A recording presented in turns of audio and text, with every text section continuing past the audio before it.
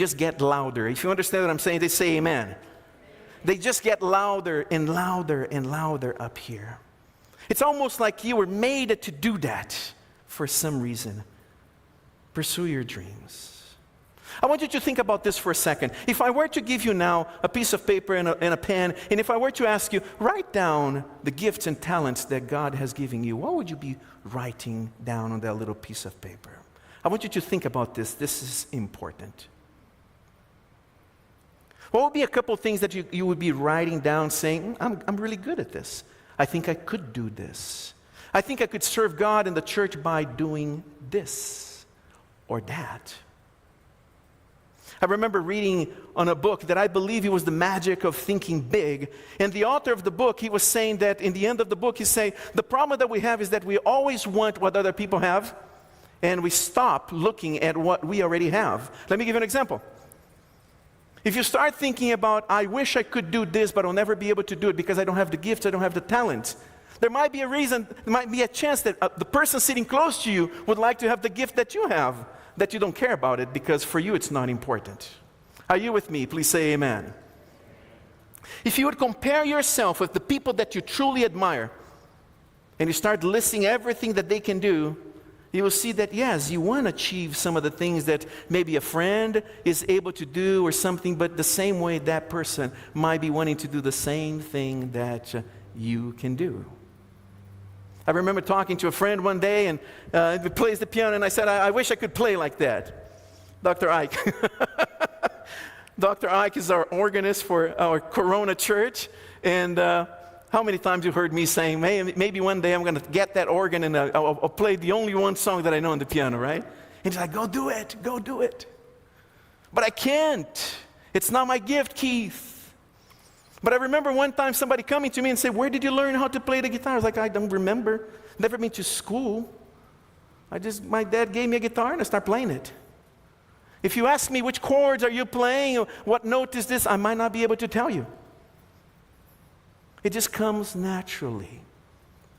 And I'm not saying that you look at me and say, wow, look how good it is. Let me tell you something. Going to college, I took college algebra probably 4 or 5 times. I couldn't pass the class. And I believe that the teacher let me go. I was like, this guy's going to be a pastor. Come on, I'll give him a C. He needs it. Go. It was not my thing. I had to watch my daughter going to college when she was junior in high school and taking all of those math classes and acing every one of them before she even started going to college. And I was like, this is humiliating. I took that class 5 times. We have different gifts. We are all built differently. If I were to ask you now, what are the things that you wrote down in your list? The things that you can do, what would you be telling me right now? I can speak different languages. I'm a nurse, I'm a doctor, I'm a social worker. I can work with projects, I'm an engineer, I can work with cars, and we all can do things that sometimes other people can't. Some people have the gift of hospitality. Some people are incredible with that. Some people, not so much. If you understand what I'm saying, say, oops. We are all different. We are all different.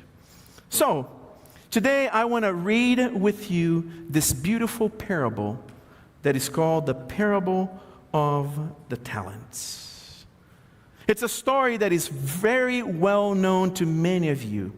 And I want to give you a little bit of the background of that story. Can I do that real quick? The Gospel of Matthew, chapter 25, is one of my favorite chapters of the Gospel of Matthew. If you start on 1, you will see that there is a parable there. There is the parable of the 10 virgins. You heard of it before? What happens there is that there are 10 virgins.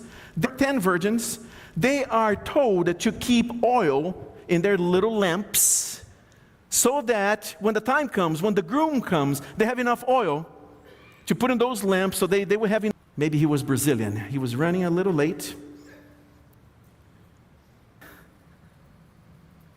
for the groom to come. And the story goes that from those 10 virgins, When people are yelling down the street, the groom is here, the groom is here, they wake up because they're all kind of waiting.